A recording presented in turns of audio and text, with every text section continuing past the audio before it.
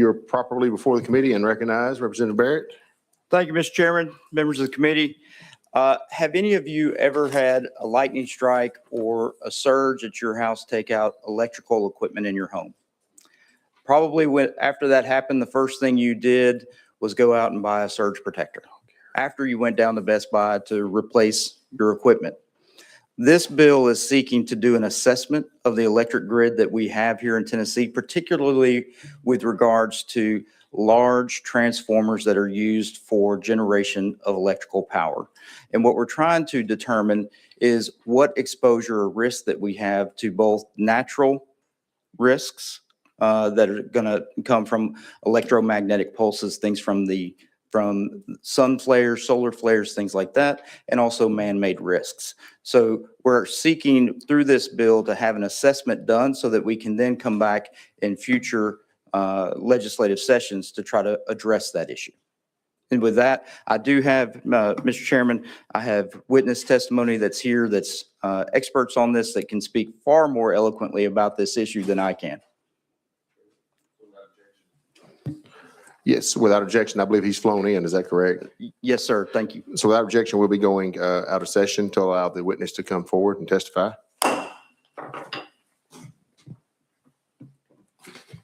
You have 3 minutes to make an opening statement. Just identify yourself and make an opening statement for 3 minutes, and then we'll ask questions of you. Good afternoon, Chairman, members of the committee. My name is Lieutenant Colonel Tommy Waller, United States Marine Corps retired.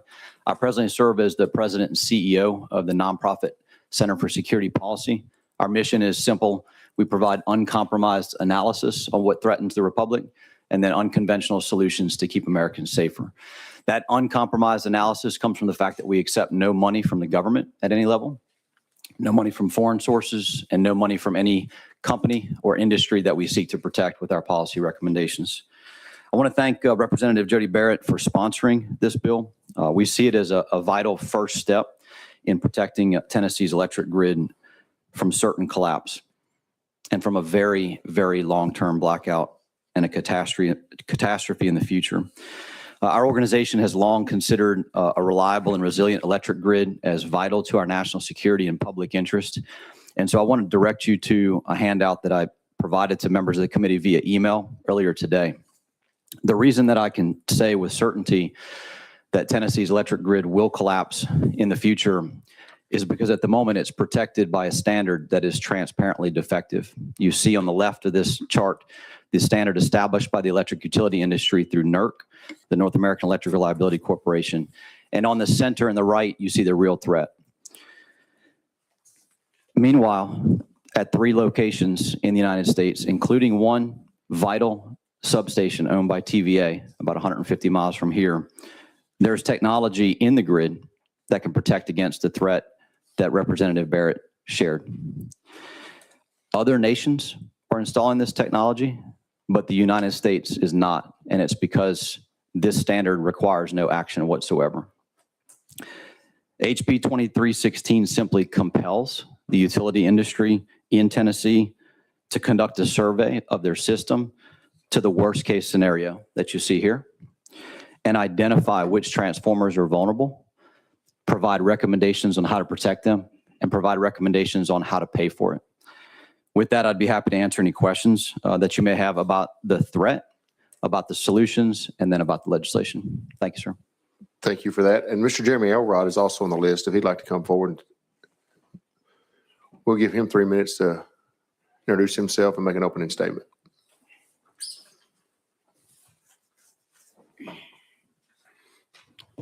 You're recognized. Thank you, Mr. Chairman. I don't have too much to talk about, but my name is Jeremy Elrod. I'm with the Tennessee Municipal Electric Power Association. We represent the state's 60 municipal and county electric utilities. And I met Mr. Waller upstairs just a little while ago, and I think we share some of the same security concerns about our electric grid. But as far as electric utilities go, we kind of have 3 areas, types of threats. We have cyber, physical, and natural that we all have to prepare for and harden our systems and invest in to get them ready for. And utilities take all these seriously, and it's basically we try to make plans for and invest in areas that and make preparations for the ones that we are going to have, the ones that are most likely to affect service. These type of solar flares, EMPs, are what we kind of call in the electric industry high impact but low probability, because they are low probability of actually occurring. Weather, which we've seen with Winter Storm Fern, tornadoes, that kind of thing, cyber attacks, and other natural disasters. We invest more heavily into those and more frequently, because those are the kind of threats that are more likely. Mr. Waller mentioned, federal regulation on this. This area is regulated federally by the Federal Energy Regulatory Commission, the FERC, and other national federal agencies. There are standards, and while I'm not an engineer and can't speak to the specifics of them, adequacy of standards and that kind of thing, it's what the electric utilities go by, and it's something that for us as utilities to invest in properly, to completely defend against, would be expensive. I know the bill is just about reporting and only about a larger transformers. We think this is more of a federal issue, and also it's something that while we take seriously and invest in research and that kind of thing, particularly with TVA, it's something that we need a federal solution for, particularly that's going to whether it's in the large transformers, large substations, or throughout the electric grid. It would take tens, if not hundreds of billions of dollars to properly invest in infrastructure to protect against these types of events. So, Mr. Chairman, that's all that I have. Ready for question. Perfect. On 30 minutes. Chairman Bricken, you're recognized. Thank you, Mr. Chairman. And I guess my first question would be to Mr. Waller. And maybe I didn't hear clearly. How long has your organization been in existence? So I'll get an answer there first. Sure, 1988. 1988. Currently, are you under any contracts with any utility in Tennessee to do this type of assessment? No, sir. Since our founding until today, we've never been under contract or compensated by any utility or any company that could protect a utility. It's my job to go raise the money from private citizens to operate this organization. Representative Bricken, you're recognized. Then who would be, the bill requires the local utility to do this assessment. So who would perform that assessment? Mr. Waller, you're recognized. Sure. To perform the assessment, the utilities would do it themselves. So to comply with the standard established by NERC and approved by FERC, as my colleague was describing, the utilities already have to do these procedures to comply with the standard. It's just that they are able to put a number in that's sufficiently low that requires them to not have to do anything to protect the grid. So this should be part of their operating procedures as it is, the models that they already possess. We're just asking them to put the real number in and then let us know what's going to fail, what the cost would be to fix it, and then how they recommend that it be paid for. That's all, sir. Chairman Bricken, Mr. Waller, just so you know, though, we're not allowed to use props, and that might be considered a prop. So let's not use that anymore. Thank you. Chairman Bricken, you're recognized. As soon as you take care of your wife calling. I understand. You're recognized. Timing is everything. Last question. Maybe I was confused. Does your firm actually do consulting for utilities or not? Mr. Waller, you recognized. No, sir. So our organization sponsors something called the Secure the Grid Coalition. That coalition involves mostly volunteers. I mean, there's only, I get a paycheck from our nonprofit, but these volunteers include engineers, national security experts on solar weather, electromagnetic pulse. So this is a volunteer effort that is almost exclusively uncompensated and 100% for the public interest. Chairman Bricken, last question, he says. Has any other state adopted any similar legislation like this? Mr. Waller, you're recognized. Yes, sir. New Hampshire has filed a similar bill. Colorado has filed a bill. There are 2 other states that are in the process of filing. I'd rather not say until the lawmakers actually file it. That's it. Thank you. Chairman Boyd. Thank you, Mr. Chairman. And so, Mr. Elrod, this question is for you. If you guys do the report and you come back and we tell you later that you need to go in and upgrade your infrastructure, your transformers to be EMP resistant, would y'all have to comply? I mean, under the TVA Act, or would the directive have to come from TVA? You're recognized. Thank you, Mr. Chairman. I don't know the answer to that question. I know the state has, and I'm going to be perhaps getting out over my skis here a little bit. I know has some authority over, electrical code and that kind of thing. TVA's primary role as regulator is in financial, but that gets into a lot of different areas. I think the requirement as far as if we were to be required to comply with any type of standard or to do certain things, our biggest concern would be the cost, because there's only one place. We are not for-profit entities. We don't have, net profits that we give to our cities or anyone else. We run at a very small margin, just enough to pay for our debts and that kind of thing. So any costs have to be recovered by our ratepayers. So we have to increase rates. As we've talked about, y'all have talked about with data centers and that kind of thing.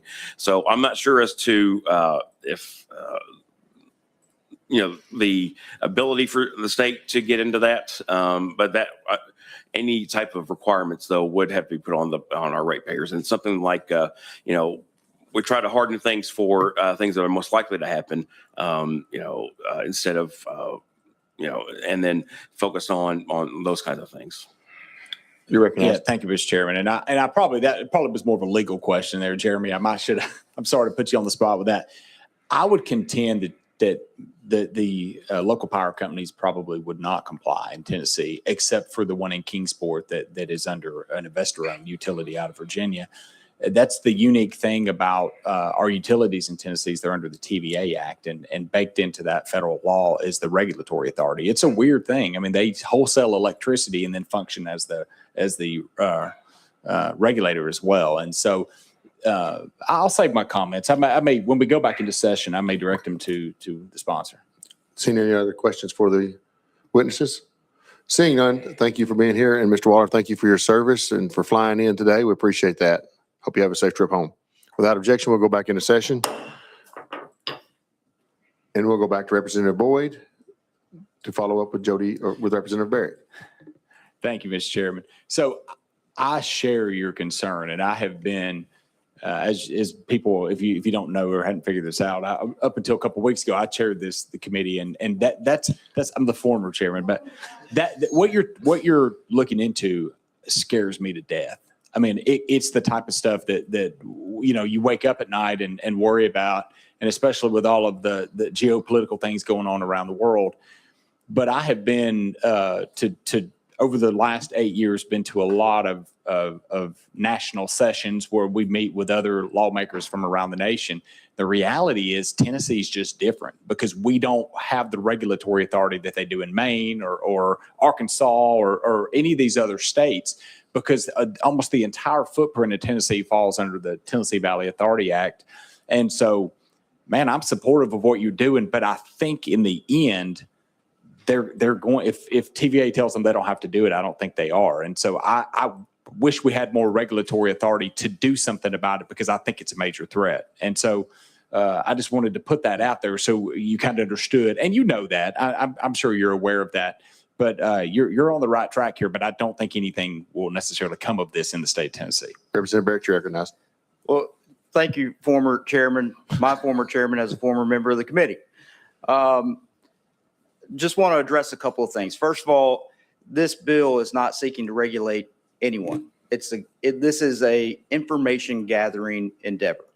And what we're trying to do is get a report that fully assesses what our threat is. That threat that you and I share, that honestly, I didn't fully understand until I met with Mr. Waller and he explained to me exactly what is out there, what can go bump in the night, and then what that looks like. In the first section of the bill, we're talking about when we define covered equipment, we're talking about transformers that are 100 kilovolts, produce 100 kilovolts or greater capacity.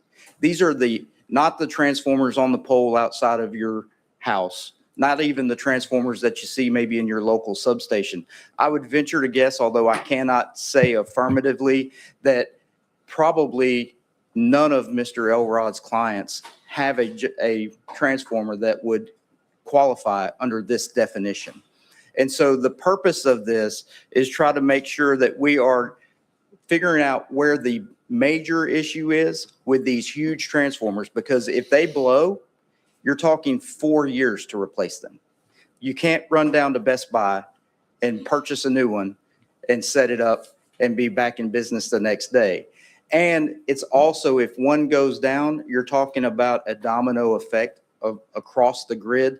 We're talking full-scale blackout of the entire grid for possibly up to 4 years before we can even produce one of these to replace it. So it's a major issue. And so the purpose of the legislation is not to put any regulation on TVA or anybody that is producing or operating one of these generators or one of these transformers.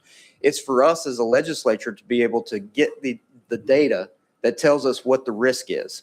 Now, the good news is there is technology out there that can alleviate some of this risk. There's a technology called solid ground that works just like a surge protector for these specific sized transformers. And based on some open source information, satellite imagery and whatnot, just trying to gather what we have out there available, we're only talking about 40 to 45 of these transformers in the state of Tennessee. So you're talking about roughly $26 million fixes our problem. So this bill's not trying to get to that point where we're telling TVA or any of the municipal electric or the cooperatives that they have to go do this. We're trying to find out how big is the problem and how much will it cost to fix it, and then we can get with our partnership with TVA and whoever that's out there that's exposed and figure out if there's a way for us to partner together to protect the citizens of Tennessee. Hey, just out of curiosity, that report that's they're going to come up with, who are they going to turn that into, and who's going to hold that, and then how available is that going to be to the public? And are we just accumulating a lot of data for someone who may have nefarious intentions for our utilities? Well, there's. You're right. Right. Sorry. Thank you, Mr. Chairman. There's two answers to that question.